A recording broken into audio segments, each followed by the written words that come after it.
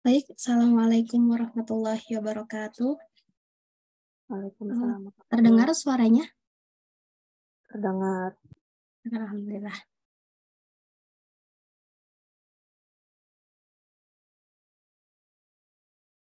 Alhamdulillahirrahmanirrahim. Alhamdulillahilladzi an'amna bi ni'matil iman wal islam wa nusalli wa nusallimu ala khairil anam nabiyina Muhammadin wa ala alihi wa sahbihi ajma'in amma ba'du. Rabbi shrah li sadri wa yassir li amri wahlul 'uqdatam min lisani yafqahu qawli. Puji syukur, marilah kita panjatkan kehadirat Allah Subhanahu wa taala atas yang telah melimpahkan rahmat, taufik dan hidayahnya kepada kita semua, sehingga kita bisa berkumpul dalam kesempatan kali ini. Shalawat serta salam marilah kita curahkan kepada Nabi Muhammad SAW, kepada keluarganya, sahabatnya, tabi'in, tabi'atnya, hingga sampailah kepada kita selaku umatnya. Amin.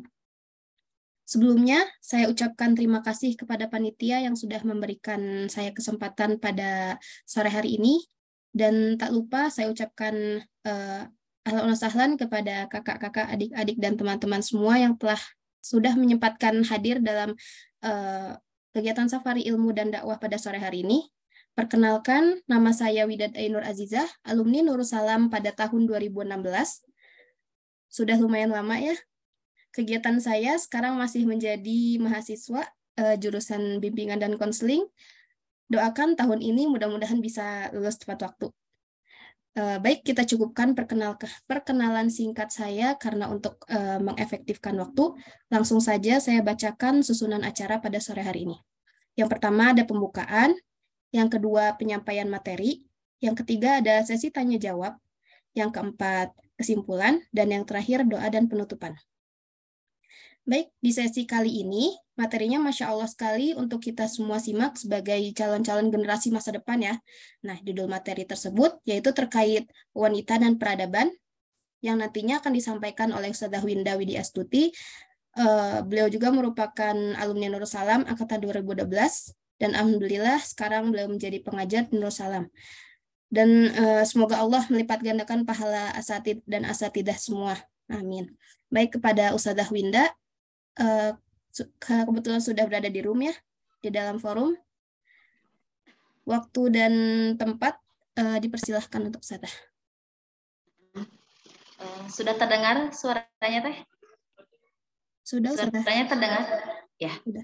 Nah, bismillahirrahmanirrahim. Assalamualaikum warahmatullahi wabarakatuh. Alhamdulillahilladzi kana bi ibadihi basira wa nadhira. Allahumma sholli ala Muhammad wa ala ali Muhammad kama shallaita ala ali Ibrahim wa ala ali Ibrahim kama barak ala Muhammad. Naam, alhamdulillahilladzi kana bi ibadihi khabiran basira. Tabarakalladzi ja'ala fis sama'i burujan wa ja'ala fiha sirajan wa qamaran munira. Asyhadu an la ilaha illallah wa asyhadu anna Muhammadan abduhu wa rasuluhu alladzi ba'athahu bil haqqi basyiran wa nadhira wa da'iyan ilal haqqi bi idnihi wa sirajan munira. Allahumma sholli alaihi wa ala alihi wa sahbihi wa sallim tasliman katsiran amma ba'du. Nah, pertama-tama marilah kita panjatkan puji serta syukur kehadirat Ilahi Robbi yang mana atas rahmat dan inayahnya kita bisa bermuajahah dalam program Samudra Insan 1444 Hijriah yang insya Allah berbarokah ini. Salawat serta salam tercurah limpahkan kepada baginda besar kita Nabi Muhammad SAW yang telah membawa kita dari zaman jahiliyah ke zaman yang terang benderang yaitu dinul Islam. Akhwatillah rahimakumullah. Sebelumnya jazakumullah khairan kasiron kepada Ukhti Widad yang telah menjadi moderator kita pada sore hari ini, dan kepada seluruh alumni Akhwat Nursalam yang telah Allah perkenankan hadir dalam Zoom meeting sore hari ini, yang padahal gitu kan ya, sore-sore hari bagi kita para ibu, para istri itu kan jam-jam penting untuk menyiapkan hidangan untuk buka puasa. Nah, alhamdulillah yaumul Jumat hari ini ba'dal asri, setelah asar gitu kan ya, fi syahri Ramadan, pada bulan Ramadan ini adalah salah satu waktu mustajab untuk kita berdoa gitu kan ya. Dan kita pakai hari ini gitu kan ya, pada waktu ini ya digunakan untuk mengkaji sebuah materi yang diberikan oleh panitia. Masya Allah, ketika saya mendapatkan materi ini, antara percaya atau tidak, mudah-mudahan kita sama-sama belajar kembali. Ya, sejatinya kalau kita yang belajar di Nurul Salam ini pernah belajar apa ya, kewanitaan gitu kan ya. Nah, kita akan kayak murojaah kembali gitu kan ya. Maka dari itu, selaku yang tadi disampaikan oleh Ukhti Widat, bahwa kita akan membahas tentang wanita dan peradaban gitu kan ya. Ini bisa langsung saja, gimana Ukhti Widat, langsung saja kita mulai gitu kan ke materi ya. Boleh Ustazah. Mau Ya. Ana yang share screen atau Ustazah? Ya, Ana saja ya. Oke, baik. Sudah ya. Sudah ada belum Teh? Sudah Ustazah. Ya, sebentar ya.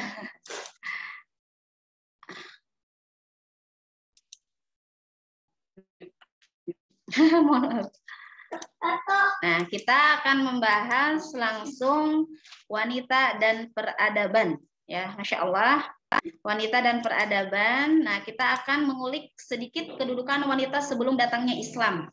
Jadi kita akan membahas poin kedudukan wanita sebelum datangnya Islam, kemudian bagaimana ketika Islam datang membawa cahayanya.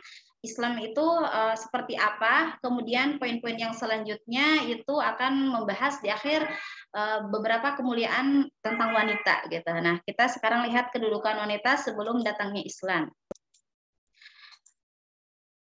Islam itu adalah agama rahmatan lil alamin, yang mana Islam itu sangat menjunjung tinggi nilai kemuliaan, kesetaraan, keadilan, dan kemanusiaan.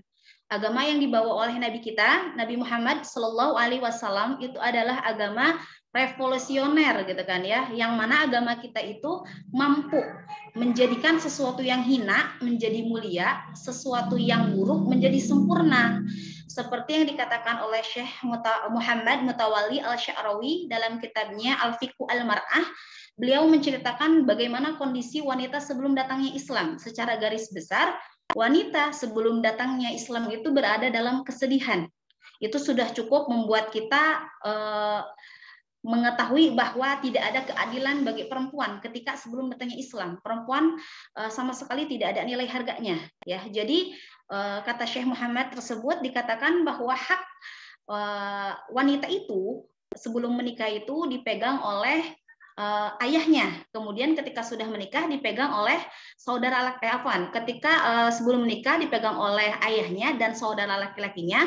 Setelah menikah itu dipegang oleh suaminya. Dengan kata lain, wanita itu tidak mempunyai hak sama sekali untuk dirinya sendiri. Dia nggak punya peranan gitu kan. Nah, secara keseluruhan itu hampir seperti itu. Nah, kita akan mengerucut sedikit pembahasan sejarah bagaimana bangsa Arab jahiliyah memandang kondisi wanita ketika itu. Ya, sekiranya kalau misalkan kita juga belajar waktu itu di Ma'had ya, mungkin kita langsung ingat gimana sih bangsa Arab jahiliyah itu memandang wanita. Kita langsung ingat, oh kalau soal wanita mah anak bayinya langsung dikubur hidup-hidup ya. Ya, itu salah satunya. Nanti kita bisa lihat kedudukan wanita pada masa Arab jahiliyah dan di dunia secara umum adalah kehidupan dalam kehinaan dan kerendahan. Khususnya di bumi Arab, wanita dibenci kelahirannya dan kehadirannya di dunia. Kita bisa lihat di sini bangsa Arab jahiliyah itu sangat benci terhadap kelahiran anak wanita gitu, bayi perempuan. Jadi ketika mereka mendapatkan kabar bahwasannya ada kelahiran perempuan atau mereka mendapatkan bayinya itu anak perempuan, apa yang terjadi dengan mereka? Mereka langsung hitam, muka merah padam, jadi mukanya tidak ada muka kebahagiaan sama sekali. Mereka muka-muka tertimpa musibah seperti itu kan ya. Jadi mereka tidak suka atas kelahiran perempuan. Nah, kemudian apa? Di sini firman Allah Ta'ala ya, kita lihat dalam Quran surah ya An-Nahl di sini ayat 57 sampai 59. A'udzu billahi minasyaitonir rajim. Wa yaj'aluna lillahil banati subhanahu wa lahum ma yashtahun. Wa idza busyira ahaduhum bil untha dhalla wajhuhu muswaddan wa huwa kadhim. Yatawara minal qaumi min su'i ma busyira bihi ayumsikuhu ala hunin am yadussuhu fit turab ala sa'a ma yahkumun. Nah, kita lihat artinya. Dan mereka menetapkan bagi Allah anak perempuan. Maha suci Allah, sedang untuk mereka sendiri, mereka tetapkan apa yang mereka sukai, yaitu anak-anak laki-laki. Dan apabila seseorang dari mereka diberi kabar dengan kelahiran anak perempuan, hitamlah, merah padamlah mukanya, dan dia sangat marah. Ia menyembunyikan dirinya dari orang banyak, disebabkan buruknya berita yang disampaikan kepadanya. Apakah dia akan memeliharanya dengan menanggung kehinaan ataukah akan menguburnya ke dalam tanah hidup-hidup? Ketahuilah alangkah buruknya apa yang mereka tetapkan itu. Dalam ayat Al-Quran kita sudah jelas bagaimana pandangan orang Arab jahiliyah kepada wanita ketika itu. Jadi mereka sangat tidak suka. Dalam ayat ini kita tarik kesimpulannya bahwa mereka hanya mempunyai dua pilihan. Yang pertama ya, menanggung aib. Jadi mereka akan membesarkan anak-anak perempuan mereka, tetapi mereka menanggung aib, ya. Kemudian yang kedua, yang kita tahu semuanya, langsung saja menguburnya hidup-hidup, gitu kan ya. Yang tadi kan para bayi dikubur hidup-hidup yang perempuan, karena dianggap anak perempuan itu adalah anak yang memang hina, yang aib bagi mereka, tidak perlu diumumkan kepada khalayak. Di sini ada ayat yang menegaskan kembali bahwasannya telah terjadi dalam bangsa Arab jahiliyah ini anak-anak perempuan itu dikubur hidup-hidup dalam Quran surah At-Takwir ayat 8 sampai 9. A'udzubillahi minasyaitonirrajim. Wa idzal mau'udatu su'ilat bi ayyi dzambin qutilat. Artinya, apabila bayi-bayi perempuan yang dikubur hidup-hidup ditanya karena dosa apa dia dibunuh. Nah, ini cukup membuktikan kepada kita semua bahwasannya bangsa Arab jahiliyah itu sangat-sangat benci terhadap kelahiran anak perempuan. Kemudian apalagi yang terjadi? Tadi kan kita tahu bahwasannya kalau nggak hidup-hidup, anaknya dibiarkan hidup gitu kan ya.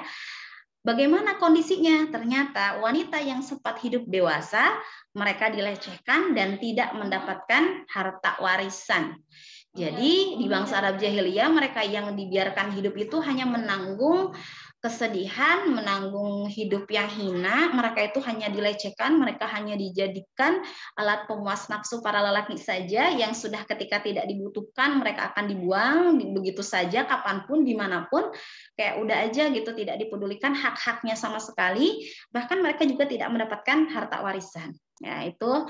Nah, kemudian yang mungkin agak terakhir dalam pembahasan tentang wanita pada masa bangsa Arab jahiliyah adalah lelaki pada zaman tersebut itu berhak menikahi banyak wanita tanpa batas. Jadi tidak ada batasannya. Contohnya ada sebuah riwayat ya, sahabat bertanya kepada Rasulullah ketika dia sudah masuk Islam, dia bertanya, "Wahai Rasulullah, saya itu kayak punya banyak istri gitu. Terus saya harus bagaimana dengan istri saya?" Rasulullah bilang kepadanya, "Pilihlah di antara istri-istrimu hanya 4 saja." Jadi itu yang membuktikan bahwa di dalam Islam itu kan boleh ya mempunyai istri lebih dari 1 gitu kan ya. Batasannya ada 4. Tapi ketika bangsa Arab jahiliyah itu mereka bebas sekali menikahi banyak wanita tanpa memikirkan hak-hak wanita itu sendiri, hak-hak di dalam rumah tangga, hak-hak keadilan itu tidak ada. Pokoknya bahasanya mereka tuh sangat seenaknya lah kepada perempuan. Nah, kemudian itu dalam bangsa Arab jahiliyah kita melihat contoh-contoh lagi bagaimana wanita ketika pada bangsa Yunani ya. Kita beralih kepada bangsa Yunani. Kita tahu bangsa Yunani itu adalah bangsa yang mempunyai peradaban ataupun budayanya itu sangat maju. Tapi ternyata maju dan maju peradabannya, maju budayanya tuh tidak serta memang lebih mulia mereka itu terhadap wanita. Sama aja dengan contohnya di sini dikatakan wanita tidak mempunyai tempat yang layak dalam sistem kemasyarakatannya. Berarti di sini sudah jelas ya, tidak punya tempat layak, berarti ya nggak ada baik-baiknya juga gitu kan posisi wanita dalam bangsa Yunani. Bahkan para lelakinya ketika itu mempercayai bahwa wanita sumber penyakit dan bencana. Insya Allah di sini kita terhinakan banget ya mempercayai bahwa wanita sumber penyakit dan bencana. Ketika ada bencana wanita yang disalahkan, ketika ada penyakit ini karena wanita yang disalahkan. Bahkan mereka tuh sangat menghinakan derajat perempuan. Dalam bangsa Yunani ketika para lelaki itu mendapatkan tamu gitu kan ya, para wanita itu hanya dijadikan budak atau pelayannya saja. Bahkan ketika dalam bangsa Yunani, para wanita itu tidak boleh duduk sejajar atau satu meja dengan kaum pria, dengan kaum laki-laki itu nggak boleh. Sampai segitunya mereka memandang perempuan gitu kan ya. Nah, kemudian kita beralih selanjutnya. Nah, setelah waktu berlalu, peradaban Yunani semakin maju, ternyata tidak ada perubahan yang signifikan terhadap kondisi wanitanya ketika itu. Ya, mereka itu hanya diberi kebebasan hanya sebatas seksual semata. Itu pun didasari dengan hawa nafsu para lelakinya yang membolehkan wanitanya itu berekspresi dengan bebas, ya, hanya dalam hal seksual saja gitu. Tak layak, ya, tak pelak. Di sini dikatakan, maka pada zaman tersebut, pada zaman bangsa Yunani itu wanita di sana banyak menjadi pelacur karena mereka hanya dikasih kebebasan hanya sebatas itu. Oke, kita beralih ke dalam bangsa selanjutnya. Ada bangsa Romawi. Masya Allah, ini siapa yang tidak dengan Romawi? Saya yang mempunyai militer yang sangat kuat. Bangsa-bangsa itu kewalahan menghadapi bangsa Romawi, tapi kekuatan militernya juga tidak semerta-merta bangsa Romawi mampu gitu kan ya memuliakan perempuan tuh tidak. Wanita pada zaman Romawi diperlakukan layaknya budak yang dapat diperjualbelikan. Insya Allah ya, jadi layak diperjualbelikan sama aja ya menjadi alat nafsu apa sih gimana ya alat pemuas nafsu saja bagi para lelaki gitu yang layak diperjualbelikan seperti itu. Kemudian diperbolehkan bagi laki-laki untuk membunuh istrinya dalam waktu tertentu. Jadi kalau di bangsa Rom itu laki-laki memegang hak mutlak terhadap wanita, terhadap keluarganya. Jadi kalau laki-laki di sana membunuh istrinya dalam kondisi tertentu gitu kan. Nah, kemudian wanita hanya mendapatkan kebebasan dalam bentuk bebas menikah dengan lelaki saja. Ini sama, seiring berjalannya waktu peradaban Romawi semakin maju, tetapi majunya hanya ini aja. Mereka hanya dikasih kebebasan untuk bebas menikah dengan lelaki mana saja. Berarti kita tarik. Nah, tak pelak pada zaman itu jumlah perceraian itu sangat besar, ya, sangat besar. Nah, kita ke bangsa terakhir. Kita langsung saja ya, mengingat waktunya. Kita ke bangsa Persia. Persia juga nggak kalah maju, akhwat ya. Tapi saja dengan tidak maju, dengan majunya peradaban mereka, wanita pada masa itu sama aja. Kehinaan, statusnya rendah, tidak dipandang gitu kan ya. Wanita pada masa itu apabila melakukan kesalahan kecil akan diberi hukuman yang berat. Bayangkan, kita punya kesalahan kecil dihukum berat. Kemudian selanjutnya ketika kita mengulangi kesalahan yang sama sampai bisa dihukum mati ketika di bangsa Persia. Kemudian wanita itu katanya dilarang menikahi laki-laki yang bukan penganut ajaran Zoroaster.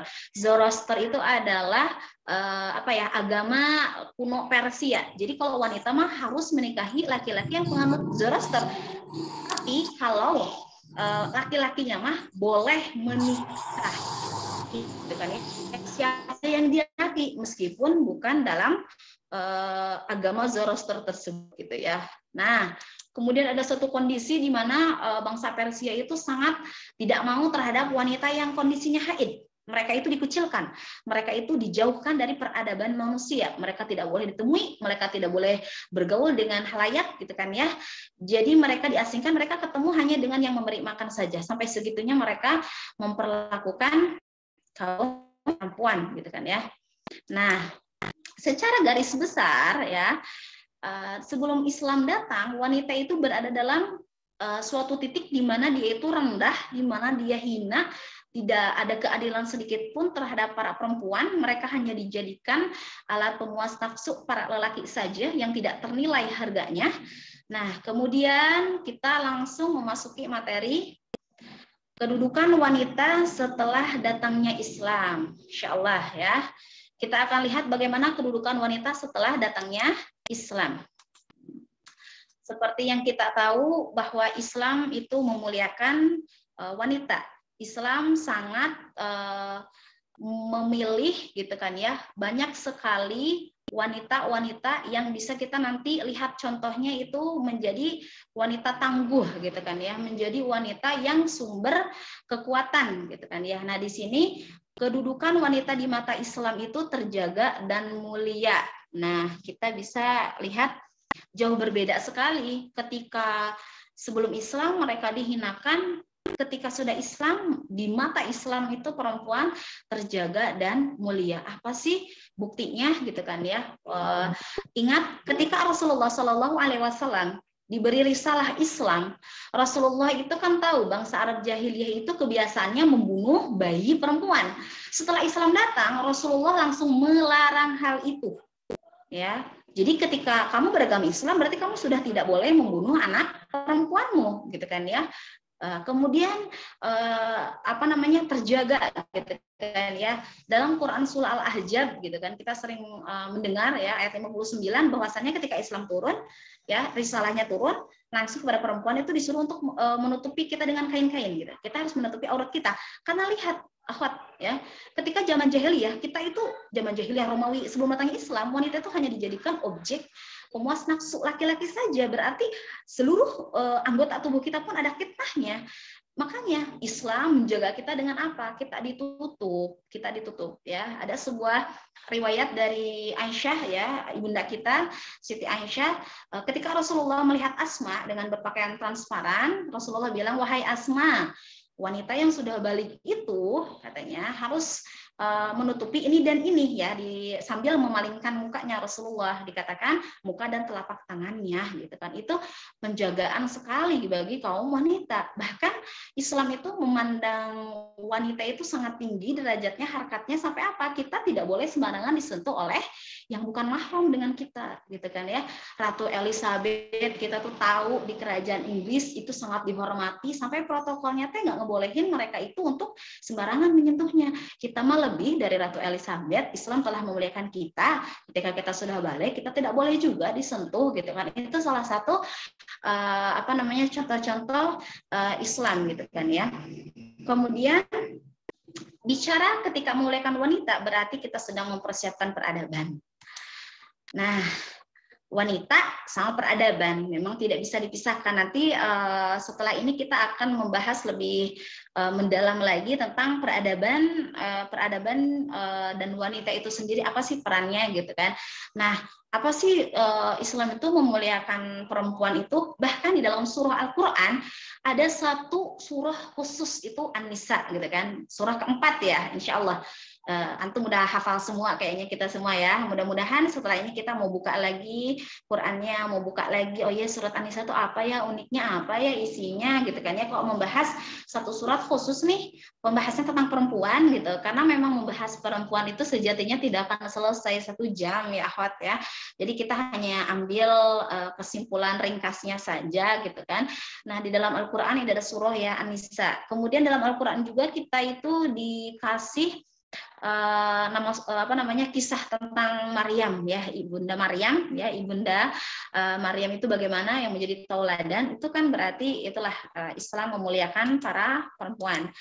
Kemudian Islam mengangkat derajat wanita, bahkan kedudukannya setara dengan laki-laki. Tak ada yang lebih mulia antara yang satu dengan yang lain, kecuali hanya ketakwaannya. Wanita memiliki hak yang sama dengan laki-laki, sebagaimana ungkapan Al-Quran. Jadi di dalam Islam itu kan, sebelum Islam benar-benar beda. Gak boleh makan satu meja, kita hanya dijadikan budak aja.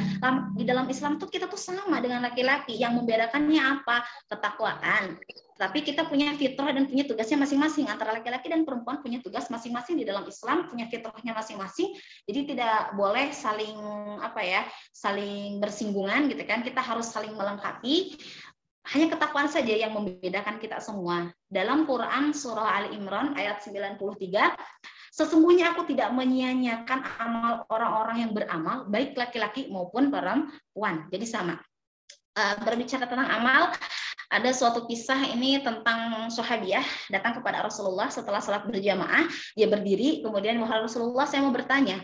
Saya itu adalah perwakilan dari kaumku, katanya. Jadi sahabiah ini perwakilan dari seluruh wanita, gitu kan. Ya Rasulullah, kami teh kalau bahasa sekarang tuh galau, kami teh bimbang bagaimana ya pahalanya laki-laki mah sholatnya itu wajib di masjid.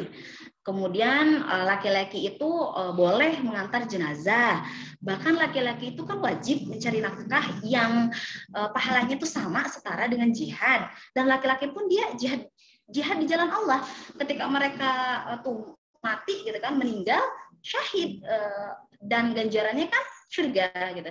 Terus bagaimana dengan kami? Rasulullah, kami hanya seorang wanita, ibu yang hanya di rumah mengurus anak, rumah tangga, mencuci, memasak, kan seperti itu. Bahkan sholat kami pun harus di rumah lebih baiknya gitu kan. Dan kami pun menjadi salah satu tempat gitu kan ya bagi para lelaki untuk menyalurkan hawa nafsunya yang secara halal gitu ya. Bagaimana? Sebegitunya para sahabiah dulu itu galau dengan amalnya. Ya, itu iri karena amalnya. Kemudian Rasulullah bisa saja langsung menjawab, tapi Rasulullah memalingkan mukanya kepada para sahabat. Ya, Rasul bilang, wahai para sahabat, adakah perkara yang lebih penting daripada ini? Gitu kan? Para sahabat tidak ada yang bisa menjawab. Kemudian Rasulullah bilang, pulanglah dan katakan kepada wanita yang kau temui, pahalanya sama. Insya Allah, kita dikasih pahala yang sama. Ketika kita paham apa yang ingin Allah berikan kepada kita, wanita itu fitrahnya bagaimana? Fitrahnya harus senang di rumah, akhwat. Kita fitrahnya harus senang di rumah, kan nanti kita secara langsung ke sini kita akan belajar bagaimana memang kita seharusnya gitu kan, sampai segitunya. Jadi mungkin bagi kita, mungkin akhwat semua yang sudah menikah, yang sudah punya anak gitu kan, berkeluarga, di rumah tuh kita tidak jadi masalah. Di rumah kita bisa menjadi sesuatu, karena di sini dikatakan wanita sebagai penentu peradaban. Insya Allah kita ketika berbicara wanita itu kita akan berbicara ya layaknya itu air dalam suatu peradaban. Air itu membentuk suatu peradaban kan.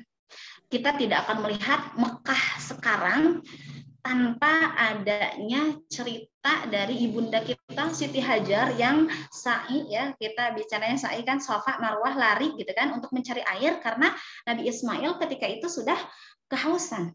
Ada cerita sedikit di balik itu semua. Keimanan, ketaatan seorang istri kepada suaminya. Wanita solihah yang dicontohkan oleh Siti Hajar ini. Dia ditinggalkan sama anaknya yang masih kecil di padang yang tandus. Bertanya kepada suaminya Nabi Ibrahim, wahai Nabi, wahai suamiku, apakah ini perintah dari Allah? Iya, kata Nabi Ibrahim, kalau perintah dari Allah, saya akan laksanakan. Dia laksanakan, dia tidak keluar untuk mencari air ke perkampungan gitu, tidak. Dia hanya berusaha karena yakin bahwasannya Allah itu tidak akan membebani gitu kan ya dianya kecuali atas batas kemampuannya, dan taatnya Siti Hajar ini kepada suaminya sehingga dia tidak berani keluar dari padang pasir itu. Allah munculkan air gitu kan yang membentuk suatu peradaban. Begitulah posisi wanita. Wanita itu sangat di dalam Islam itu menjadi penentu. Wanita mempunyai peran penting terhadap maju atau tidaknya suatu peradaban. Masya Allah. Kita menjadi peranan penting maju atau tidaknya suatu peradaban.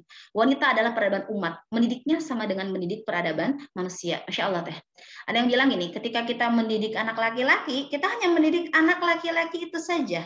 Tetapi ketika kita mendidik anak perempuan, kita telah mendidik satu generasi. Masya Allah. Tapi gampang nggak kita itu menjadi wanita? Kan kita semuanya wanita di sini semua, ya. Berarti kita posisikan kitanya muhasabah biar kita menjadi seperti itu. Tapi kalau kita punya anak perempuan, kita harus menjadikan dia seperti itu, ya. Jadi gampang nggak sih mendidik wanita itu? Susah. Kita itu diciptakan, kita semua diciptakan dari tulang rusuk yang bengkok, akhwat. Ketika kita mau luruskan, berarti kita bengkok nih, mau dilurusin, kalau keras banget mah patah. Kalau kita diturut-turutin terus gitu ya, terus aja bengkok. Bagaimana? Ya kita setarakan irisan, ketegasan, irisan, kelembutannya itu harus ada gitu kan. Makanya Masya Allah, nano-nano sekali kita yang mendidik anak perempuan, dan kita juga wanita nih. Kayaknya kita juga di sini banyak muhasabah diri nih gitu kan. Ketika kita sekarang itu udah menjadi seorang istri, kita sekarang udah menjadi seorang ibu, apa masih kita menjadi seorang anak, kita itu punya peranan masing-masing gitu kan ya, yang tentunya kita itu menjadi sebuah pilar, sebuah penentu peradaban gitu kan, yang mana Islam sangat menjunjung tinggi harkat derajat kita sebagai wanita. Kita sekarang poin yang sangat-sangat Masya Allah. Maka Islam menetapkan peran utama wanita itu sebagai ibu dan pengurus rumah tangga. Yang bilang ini adalah bukan saya, tapi agama kita. Allah yang menginginkan kita itu menjadi seorang ibu dan pengurus rumah tangga. Itu bukan sesuatu yang hina, akhwat. Bukan sesuatu yang tidak ada harganya atau nilainya. Tidak juga sampai coklat keju gitu bilangnya.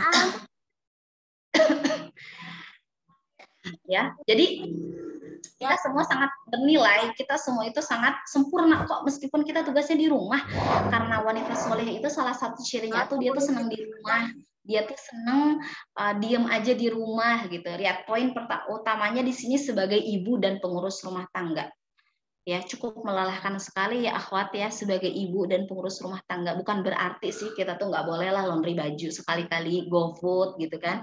Ya silakan saja, tapi ada suatu peran ketika menjadi itu nggak bisa diwakilkan sebagai ibu untuk mendidik anak-anaknya. Dikatakan ada amal jariah kan, kita mengajarkan anak kita surah Al-Fatihah sampai hafal.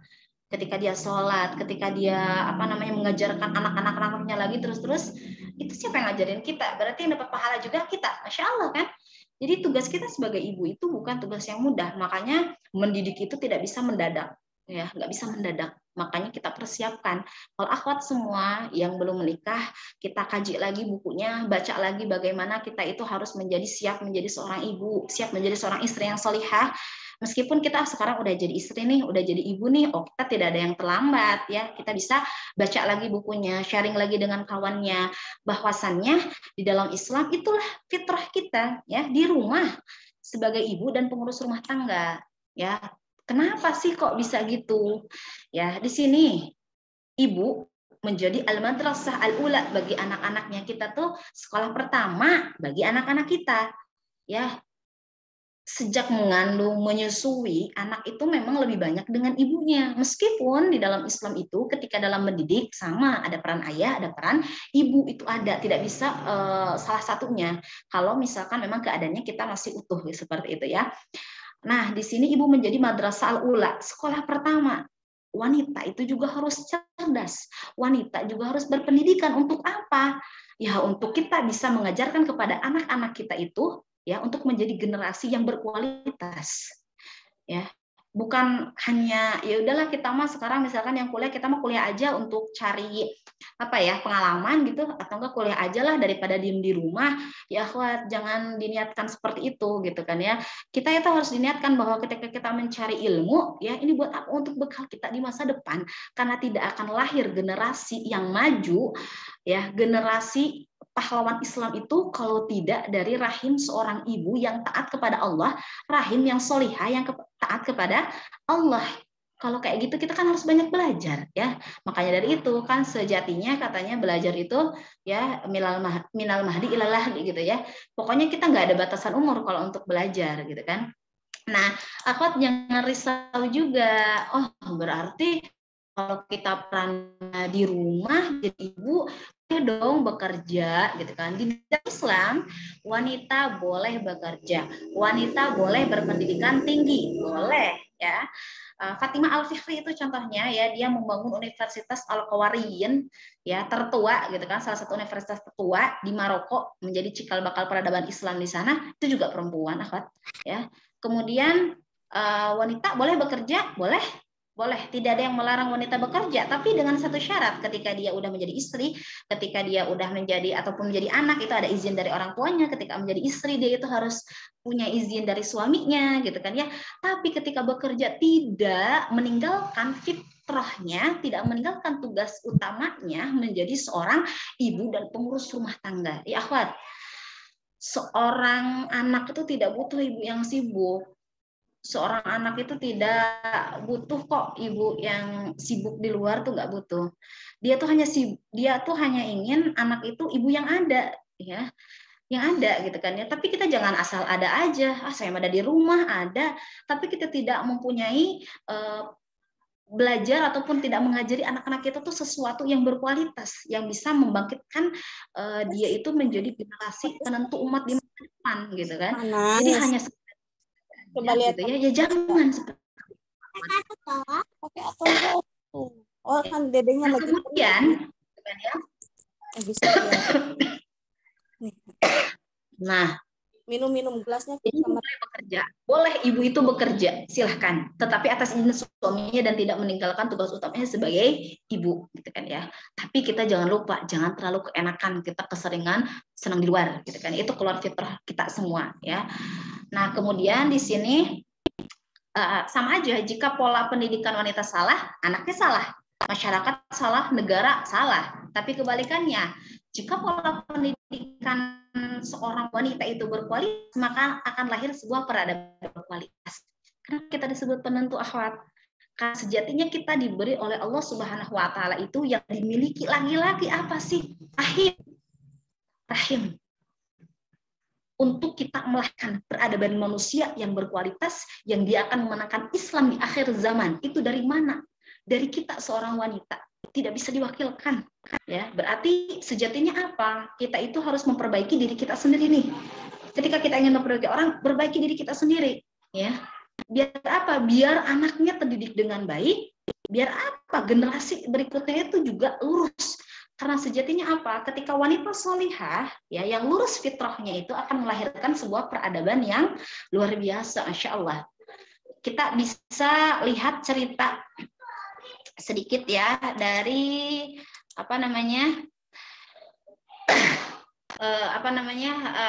negara Palestina, ya, demografi negara Palestina. Jadi Israel itu tidak hanya takut dengan Hamasnya, tapi dengan demografi para wanitanya. Kita tahu bahwa negara Palestina itu mempunyai para wanita yang subur. Di sana itu katanya ibu tuh tidak punya anak, hanya satu saja, banyak gitu. Ketika 1-2 rumah dibom, ya, yang lahir pada hari itu pun berkali lipat daripada itu, bisa 2, 3 sampai 3 kali lipatnya gitu. Masya Allah. Itu fitrah kita juga melahirkan, ya. Jadi akhwat, jangan sampai kita itu terbawa isu yang sekarang itu, ya, apa ya, child free gitu ya, yang nggak mau punya anak gitu ya.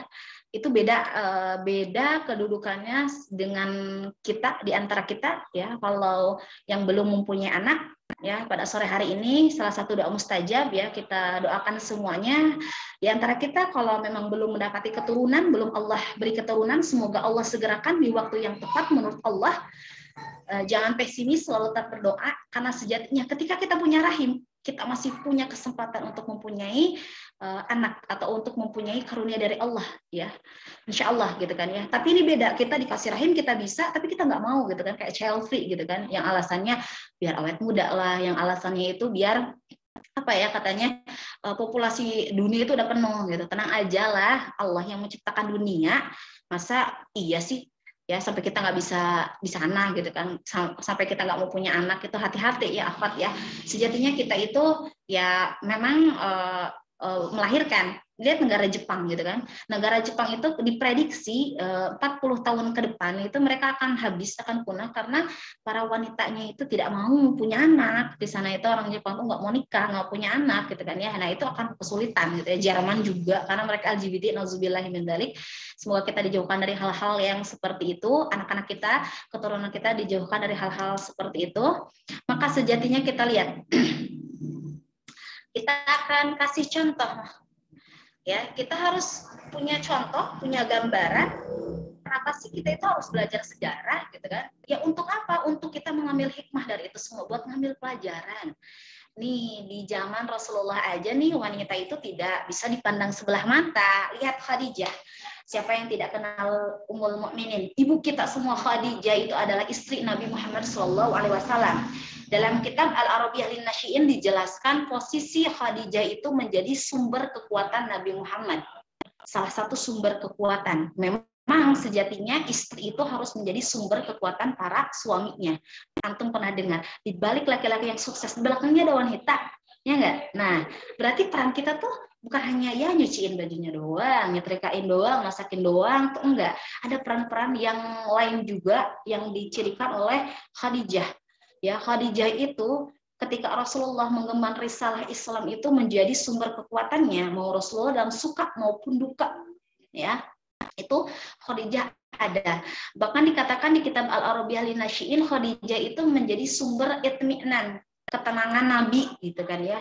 Khadijah itu lebih mementingkan Nabi daripada dirinya sendiri. Jadi Rasulullah itu tenang ya karena istrinya sangat bimahabbatiha dengan cinta kasihnya, memberikan curahan cinta kasihnya, kebijaksanaannya. Bahkan Khadijah itu malihi hartanya saja, Khadijah sampai benar-benar gitu kan ya, dipergunakan untuk berjuang dengan Nabi gitu kan. Kemudian di sini ada Fatimah Az-Zahra, kita tahu adalah anaknya Nabi Muhammad, Al-Khansa, Nusaibah binti Ka'ab, terus ibunda Imam Syafi'i. Ini akan sedikit sajalah saya gambarkan karena mungkin takutnya waktunya, makanya untuk waktu beda kalau saya kelebihan waktu bolehlah di stop, kita dipersingkat lagi gitu kan ya. Ada pengen diceritakan Al-Khansa ya, Asy'ariyah, seorang penyair. Dia punya 4 anak. Dia itu memberikan semangat kepada anaknya sebelum berperang, memberikan pesan semangat, taujih, pokoknya dia itu menyemangati anaknya gitu kan ya, sampai ketika perang Qadisiyah, Al-Khansa ini mendapatkan berita bahwa anaknya keempatnya itu meninggal. Dikatakan lam tabk, dia tidak menangis, bahkan bilang alhamdulillahilladzi syarrafani bimautihim. Segala puji bagi Allah yang telah memuliakanku atas kematian mereka. Masya Allah, seorang ibu yang ditinggalkan 4 anaknya tidak menangis bukan berarti itu tidak tidak cinta kepada anaknya Al-Khansa, tapi keimanan yang tinggi kepada Allah, dan Al-Khansa berhasil mendidik anak-anaknya, keempat putranya itu syahid di jalan Allah. Itu tidak mudah ya. Ya, Masya Allah. Kemudian ibunda Imam Syafi'i, kita tahu Imam Syafi'i itu meskipun yatim, ya berarti tidak menutup kemungkinan ketika kita single parent itu bisa mendidik anak kita itu baik, karena ketika kita berkualitas, ketika kita itu menjadi ibu, ya menjadi ibu yang fitrahnya lurus, menjadi istri yang fitrahnya lurus, gitu kan ya, kita bisa mendidik kok anak-anak kita dengan baik. Contohnya aja ibunda Imam Syafi'i. Ada riwayat 7, ada yang bilang 9, Imam Syafi'i udah hafal Al-Quran. Ini kalau Nusaibah ini kita sedikit aja ikut merangsak masuk ketika perang Uhud, ketika Rasulullah sudah terkepung, ya, maksudnya udah dalam keadaan yang sudah genting sekali, dia membawa senjatanya untuk menolong Nabi Muhammad SAW, sampai Nusaibah ini mempunyai 12 luka tusukan. Itulah salah satu bahwa wanita tidak bisa dipandang sebelah mata, gitu kan. Nah, kemudian Islam itu memandang bahwa kita itu berhasil itu bukan kita itu bisa menyaingi laki-laki loh, bukan kayak gitu. Tapi ketika kita berhasil itu, ketika kita membersamai suami, mencetak generasi yang emas berkualitas, kita bisa membuat generasi yang bisa menghinakan Dajjal pada akhir zaman tersebut. Dari mana? Dari rahim kita lah, dari kita sendiri, kita yang menjadi wanita solihah dulu. Nah, kemudian di sini, kita lihat langsung saja Abdurrahman bin Auf di sini. Idza shalat imra'atu khamsaha wa shamat syahraha wa hafidat farjaha wa ta'at zawjiha qila laha udkhulil jannah min ayyi abwabil jannati syi'ti. Jika seorang wanita selalu menjaga salat 5 waktu ya, waktu berpuasa di bulan Ramadan, betul-betul menjaga kemaluannya dari perbuatan zina dan benar-benar taat pada suaminya, maka dikatakan pada wanita yang memiliki sifat mulia ini, masuklah dalam surga melalui pintu mana saja yang engkau sukai. Masya Allah, ini jaminan kita semua. Lihat, ini jaminan kita semua. Ayo akhwat, ayo bareng-bareng kita menjaga ini semua biar kita diperbolehkan untuk masuk surga lewat pintu mana saja, gitu kan ya. Ketika kita puasa, ketika sholat, dan kita menjaga kehormatan kita ketika kita sudah menjadi seorang istri, gitu kan ya. Kemudian kita taat kepada suami kita, ya, kecuali memang kalau taat ini beda ya, nanti kita panjang lagi. Pokoknya taat itu ketika suaminya tidak keluar dari syariat Islam. Dikatakan kepada kita masuk surga lewat mana saja yang kau inginkan, kan, gitu kan ya. Nah, sejatinya di dalam Islam itu tidak. Nah, kita langsung fase. Nah, kita barangkan saja ya isu tentang feminis atau gender. Gini, ketika sebelum Islam kan wanita itu dihinakan. Islam datang dengan cahayanya, kita memuliakan wanita. Nah, sekarang itu banyak sekali kaum sosialisme, sekularisme, feminis atau gender lah, segala itu kaum zindik sekalipun, mereka itu menggaungkan sebuah narasi bahwasannya Islam itu diskriminasi terhadap wanita. Jangan sampai, gitu kan, sebelum Islam kita sudah dihinakan, Islam datang, nah kemudian sekarang kita kembali lagi ke masa jahiliyah, kan, tidak mau, kan. Nah, hati-hati, isu yang mereka gaungkan itu mereka ingin setara. Ingat, di dalam Islam itu tidak ada namanya setara, karena setara itu bukan berarti sama. Laki-laki dan perempuan itu diciptakan oleh Allah punya fitrah dan posisinya masing-masing gitu ya, nggak bisa disamakan. Ar-rijalu qawwamuna 'alan nisa, laki-laki itu pemimpin atas perempuannya. Itu tetap di dalam yang digaungkan oleh mereka itu kan nggak adil nih, nggak bisa jadi pemimpin gitu kan. Dalam Islam wanita mah kan bisa juga gitu kan, wanita itu punya kemampuan yang sama. Iya, wanita itu punya kemampuan juga banyak kok, ada kok perempuan yang bisa menjadi pemimpin. Tapi ingat ya, pemimpin itu punya sifat adil dan bijaksana. Perempuan kita mah mengedepankan perasaan kebanyakan. Jadi ya sudah, ya kita memang kenapa pemimpin itu laki-laki, karena laki-laki selalu mengutamakan pikirannya gitu kan. Beda dengan kita yang selalu mengedepankan perasaannya. Nah, kemudian ada lagi isu poligami. Nggak adil, laki-laki mah boleh nikah lebih dari 1 sampai 4, wanita nggak boleh ya, yang nggak boleh gitu kan ya. Nah, nggak adil gitu, hak-hak wanita tuh nggak ada di situ. Pembagian waris 2:1 gitu kan. Dalam berpakaian kita teh disuruh menutupi seluruh bagian tubuh kita, itu kayaknya tidak bebas berekspresi gitu kan ya. Mereka gaungkan narasi-narasi yang dibumbuin sehingga generasi sekarang itu takutnya nih udah tercebur gitu ya, awat. Makanya kita lihat lingkungan kita, ketika banyak perempuan-perempuan yang sudah keluar dari fitrahnya, itu tidak akan baik masyarakatnya, tidak akan baik negaranya, peradabannya pun tidak akan baik pula gitu kan ya. Jadi kita sama-sama nih, akhwat, kita sama-sama bagaimana kita sendiri harus lurus fitrahnya, bagaimana wanita-wanita di sekitar kita lurus fitrahnya. Karena wanita solihah itu adalah sebuah keberuntungan. Keberuntungan bagi siapa? Ayahnya, kalau dia orang tuanya, kalau dia masih menjadi seorang anak gitu kan ya. Bukankah anak yang solihah, yang terjaga kehormatannya, menjadi hijab ataupun penghalang orang tuanya dari api neraka? Kalau yang mendapati wanita soleh itu adalah suaminya, bukankah suami itu akan beruntung sekali mempunyai istri yang solihah gitu kan ya, yang mana bisa menjadi partner menuju akhirat? Bukankah kalau yang mendapatkannya itu adalah seorang anak, akan bahagia mendapati ibunya solihah? Karena kita akan menurunkan setidaknya janin yang taat, rahim yang taat itu dekat dengan janin yang taat. Yang bisa membasuh anak-anak kita itu adalah kita, ibu, wanita solihah. Makanya beruntunglah. Dari tadi wanita solihah itu apa sih ciri-cirinya? Taat kepada Allah, tentunya menjauhi larangannya, mengerjakan perintahnya, menjaga auratnya, sholat, zakat mereka kerjakan, tidak tabaruj ya, tidak berdandan ala-ala jahiliyah gitu kan ya. Itu sedikit gambaran untuk wanita solihah, yaitu wanita solihah itu adalah sebuah keberuntungan. Nah, mudah-mudahan kita semua itu menjadi keberuntungan bagi laki-laki yang halal di sekitar kita ya, amin ya rabbal alamin. Nah, ketika Islam dijauhkan ya dari dari kehidupan, inilah yang akan lahir. Nah, akhwat, kita memang tidak akan sependapat dengan kaum feminis, tapi takutnya kita juga keenakan dengan narasi yang mereka buat. Takutnya kita itu keluar dari fitrah kita. Salah satunya mungkin kita bermuhasabah diri, jangan-jangan kita itu kesenangan ya, lebih sering di luar rumah daripada di luar rumah. Wanita bukan berarti tidak boleh bekerja. Wanita bukan berarti tidak boleh hidup bermasyarakat. Wanita bukan berarti tidak boleh berorganisasi. Tafadhol, tapi jangan lupa fitrah kita, kembali fitrah kita ya. Ketika sholat saja katanya kan kita tuh lebih baik di rumah daripada di luar rumah gitu kan ya. Meskipun itu di masjid. Wanita sholat di kamarnya itu lebih bagus daripada di tengah rumahnya. Kenapa? Karena wanita semakin tersembunyi semakin bagus. Ya, takut-takutnya sekarang zaman TikTok ya, Masya Allah. Ya, kita mah di rumah, tapi video-video kita beredar gitu kan ya. Mudah-mudahan kita dijauhi dari sifat-sifat seperti itu gitu kan. Secara historis Islam itu mampu. Ya, gimana Teh? Bisa satu aja lagi ya untuk masuk ke pertanyaan selanjutnya. Oke. Ya kita, ya ini Teh bahasan terakhir, alhamdulillah.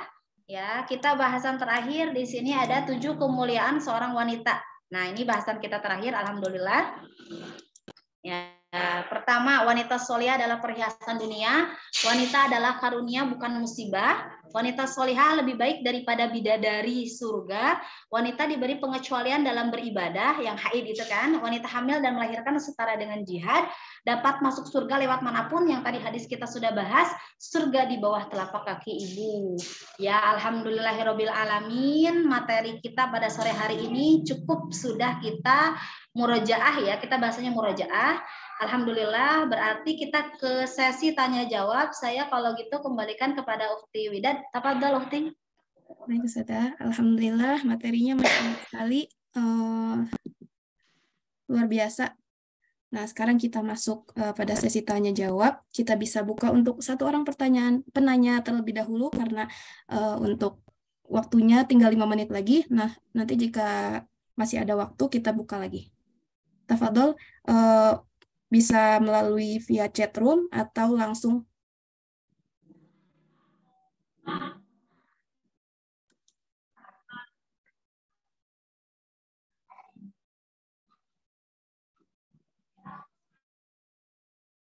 Silahkan yang ingin bertanya.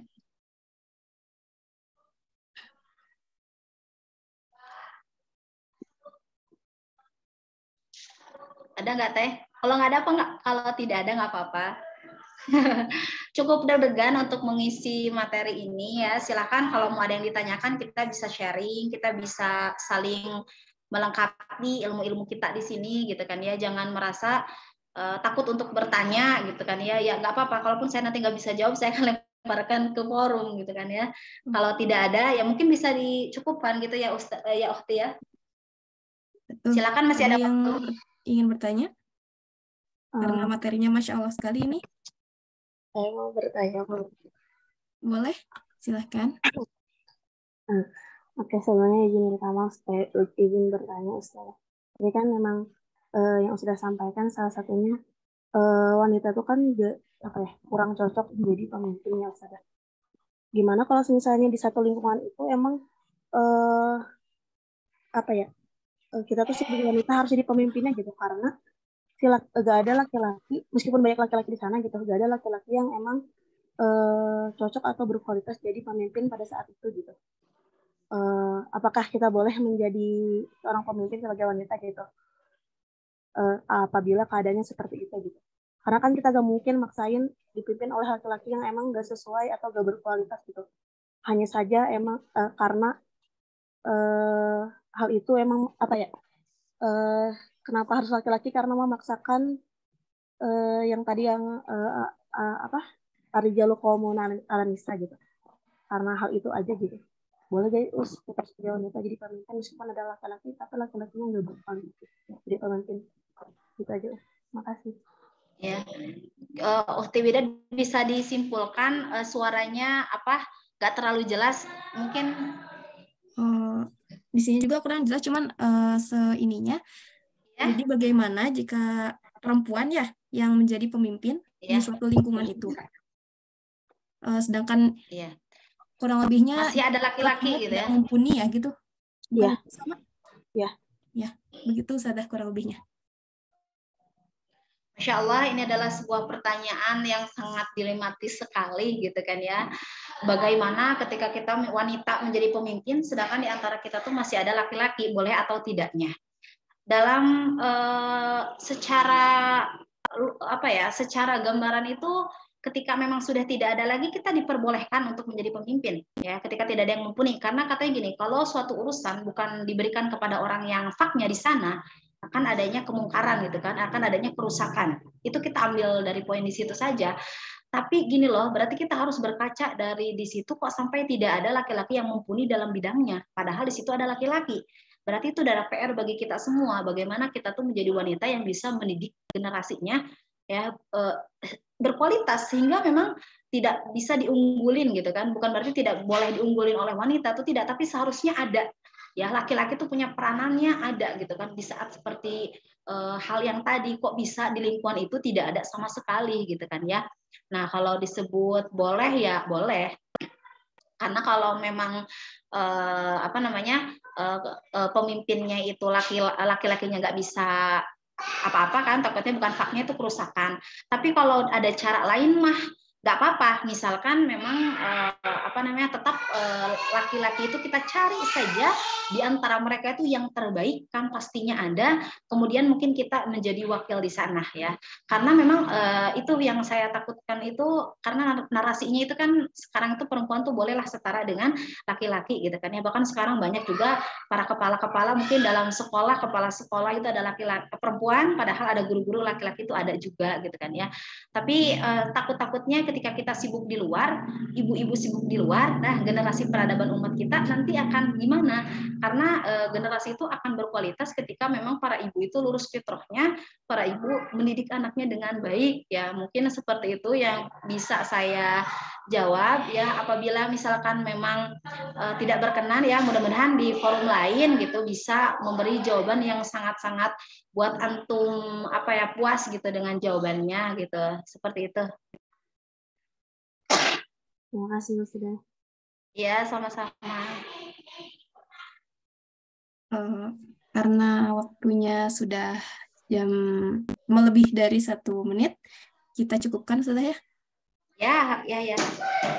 Alhamdulillah. Berarti ya sebentar ya, saya mau bicara dulu. Ya, alhamdulillah diberi kesempatan untuk ngisi dan berkontribusi gitu dalam program alumni yang masya Allah saya ucapkan jazakumullah khairan kasiron kepada seluruh panitia, seluruh alumni yang ingin tergerak hatinya untuk mengurusi gitu kan dengan kesibukan kita masing-masing gitu. Kalau saya mah